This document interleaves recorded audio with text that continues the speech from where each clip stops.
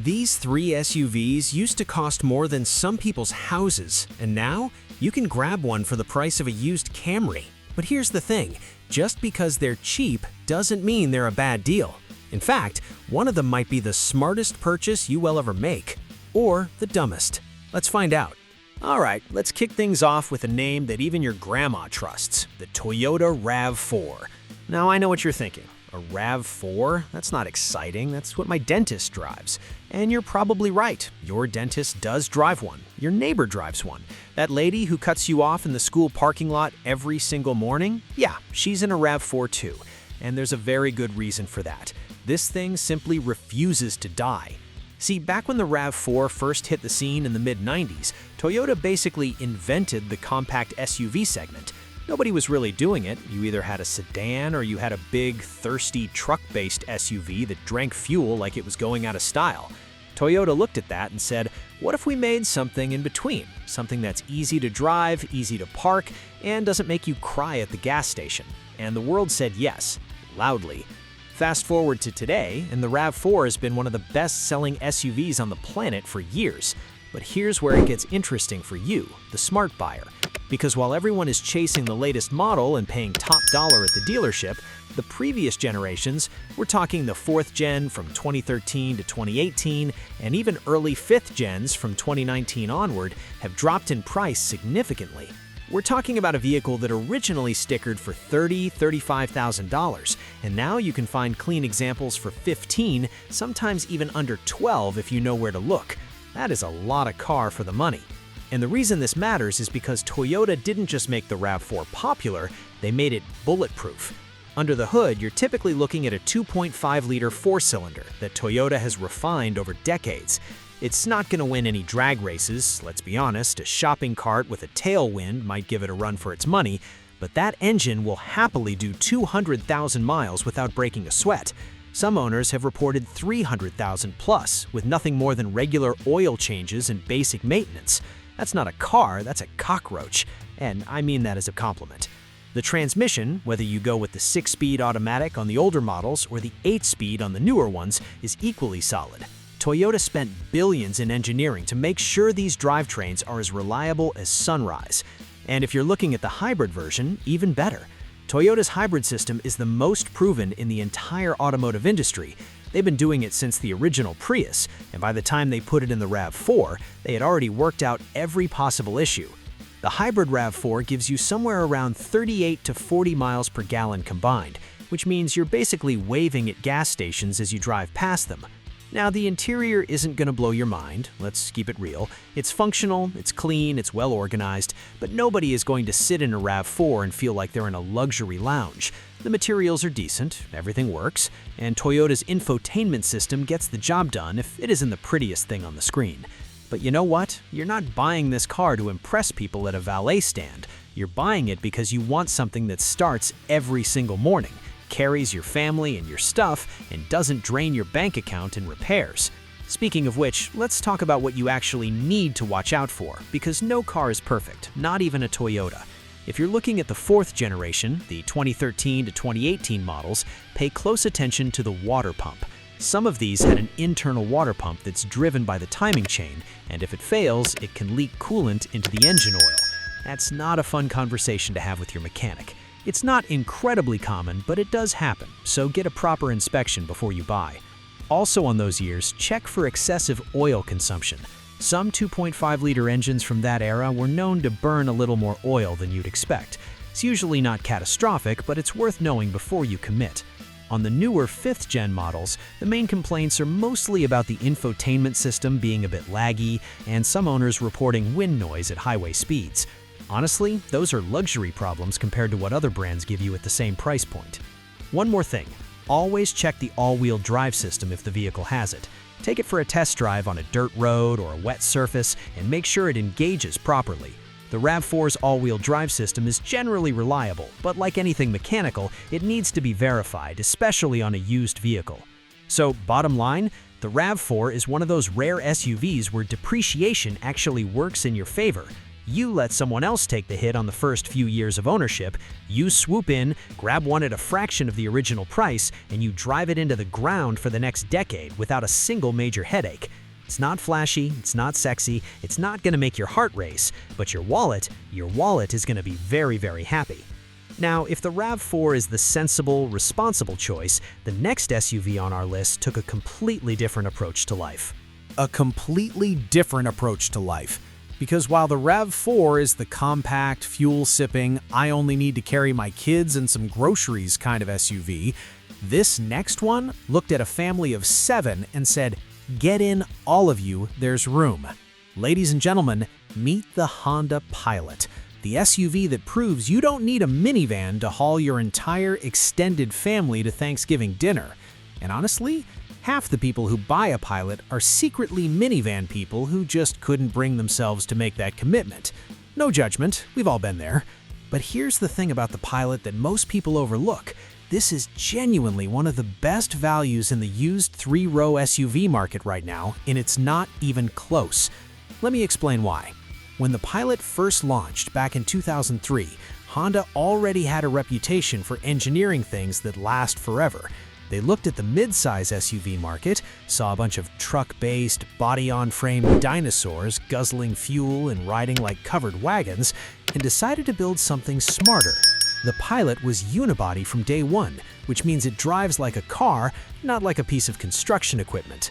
That was revolutionary at the time, and it's still one of the Pilot's greatest strengths today. Now, the sweet spot for used buyers right now is the 3rd generation, built from 2016 to 2022. These things originally sold for anywhere between $35,000 to $50,000, depending on the trim. Today, you can find well-maintained examples starting around $16,000 to $20,000, some even lower. That's a massive amount of SUV for the price of a mid-trim sedan. And the reason this depreciation is a gift rather than a warning sign comes down to one word: Honda. Under the hood of these 3rd-gen Pilots sits a 3.5-liter V6 engine that Honda has been perfecting since the late 1990s.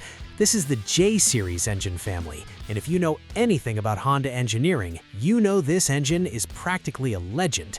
It produces around 280 horsepower, which gives you plenty of power to merge onto highways, pass slower traffic, and occasionally pretend you're in a fast car when nobody's watching. But more importantly, this engine has a track record that's almost absurd. With proper maintenance, 300,000 miles is not unusual. Some taxi and fleet operators have pushed them well beyond that.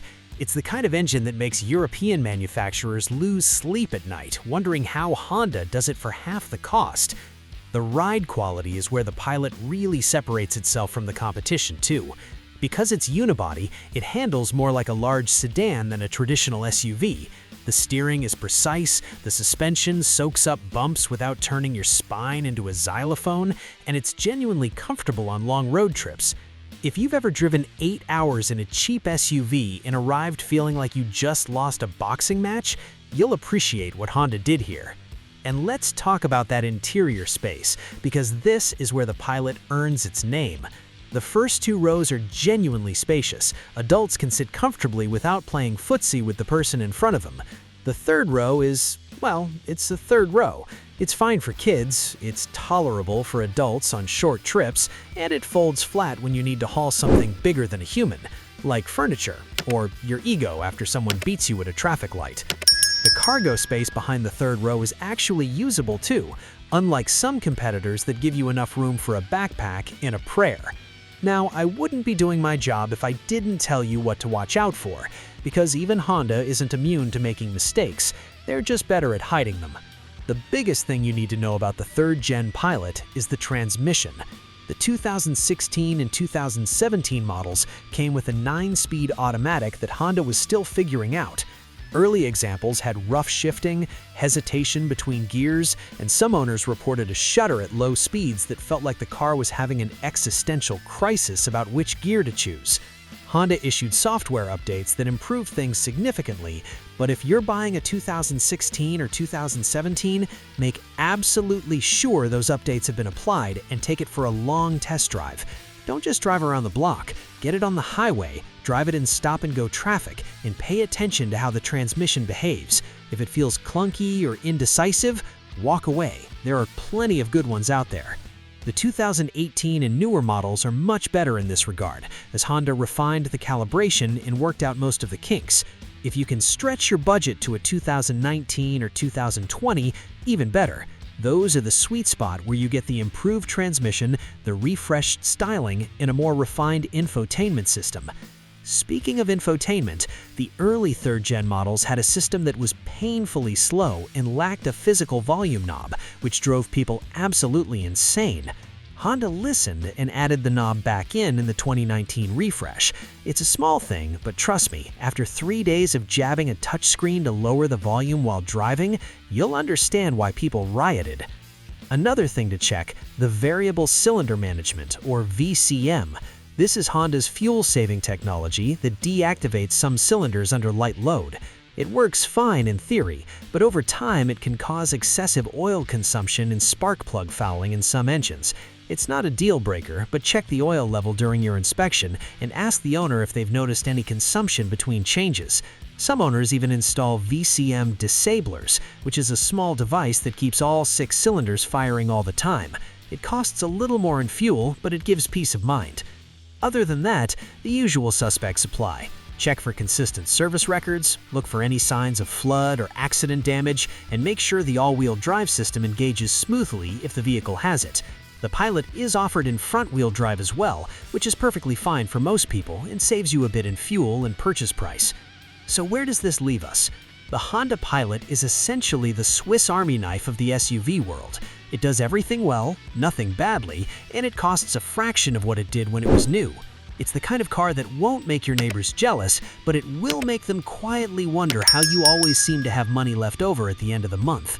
If the RAV4 is the smart compact choice, the Pilot is the smart family choice. But what if you don't want to be smart? What if you want something that throws practicality out the window and gives you something totally unexpected at a bargain price? Well, that's exactly what our last SUV is all about. And that unexpected bargain comes from a brand that most people forget even makes SUVs, which is honestly the entire reason it's such a ridiculous deal right now. I'm talking about the Mitsubishi Outlander, the SUV that's been hiding in plain sight while everyone else fights over Toyotas and Hondas. And before you scroll away or click off this video thinking, Mitsubishi, aren't they the company that makes air conditioners? Yes, they do make air conditioners, very good ones actually. But they also make one of the most underweighted, overlooked, and criminally undervalued SUVs on the entire used market. And the fact that you probably forgot about it is exactly why you should be paying attention right now. See, here's the thing about the automotive world. Reputation is everything. Toyota and Honda have spent decades building trust, and they deserve it. But that reputation also keeps their resale values high, which means you pay more even for a used one. Mitsubishi doesn't have that same halo effect, and that creates what I like to call the ignored car discount. The Outlander depreciates faster not because it's a worse vehicle, but because fewer people are looking for it. And in the used car market, low demand plus solid engineering equals your gain. Let's talk about what you're actually getting here. The third-generation Outlander, built from 2014 to 2021, is the one you want to focus on. These originally retailed for around $28,000 to $35,000, depending on the trim and options. Today, you can find them for $10,000 to $15,000, some even under $10,000 if you're patient and willing to negotiate. That is genuinely absurd value for a vehicle that offers 3 rows of seating, available all-wheel drive, and a powertrain that's far more capable than most people give it credit for. Under the hood, you've got 2 engine options depending on the year and trim. The base engine is a 2.4-liter 4-cylinder, producing around 166 horsepower. Now, I'm not going to lie to you, that's not a lot of power for an SUV this size. Getting onto a highway on-ramp with a full load of passengers might require a motivational speech and some positive thinking, but it does the job for daily commuting and it sips fuel while doing it. If you want more punch, look for the 3-liter V6, which bumps you up to around 224 horsepower and makes the whole experience feel significantly more confident. The V6, paired with the Super All-Wheel Control System, which Mitsubishi lovingly calls SAWC, is actually a hidden gem. This isn't just the basic all-wheel drive system that sends the power to the rear wheels when the fronts slip. SAWC actively manages torque distribution, stability control, and traction in a way that makes the Outlander surprisingly competent in snow, rain, mud, and pretty much anything short of a natural disaster. Mitsubishi built this technology based on their rally heritage. Yes, the same company that dominated rally racing with the Lancer Evolution. That DNA is in the Outlander's all-wheel drive system, and it shows. It's the kind of hidden capability that makes you wonder why more people aren't talking about it. And then there's the PHEV, the plug-in hybrid electric version. This is where the Outlander becomes genuinely fascinating. The Outlander PHEV was one of the first plug-in hybrid SUVs on the market, and for years it was one of the best-selling PHEVs in the world. It gives you around 20 to 25 miles of pure electric range, which means your daily commute might not cost you a single drop of gasoline. After the battery runs out, it seamlessly switches to hybrid mode and keeps going like nothing happened. Finding a used PHEV model for under $15,000 is absolutely possible, and when you factor in the fuel savings, the total cost of ownership becomes almost laughable compared to the competition. Now, the interior, let's keep expectations realistic here. The Outlander's cabin is not going to win any design awards. The materials are acceptable, the layout is straightforward, and everything works the way it should, but there's a certain plainness to it that reminds you this is a value-oriented vehicle. The infotainment system on pre-2020 models feels about 2 generations behind what you'd find in a Honda or Toyota. It's functional, it connects to your phone, it plays your music, but it does all of this with the enthusiasm of someone filling out tax forms. The 2020 and 2021 models got a noticeable improvement with a larger screen and better responsiveness, so if interior tech matters to you, aim for those later years. Now let's get into the stuff you need to watch for, because this is where doing your homework pays off big time. The CVT transmission on the 4-cylinder models is the #1 thing you need to inspect. Mitsubishi's CVT is not as proven as Toyota's or Honda's conventional automatics. Some owners have reported shuddering, hesitation, and in rare cases premature failure. If you're test driving a 4-cylinder Outlander, pay very close attention to how the transmission behaves during acceleration and deceleration. Any jerking, whining, or unusual vibration is a red flag, and you should move on to another example immediately.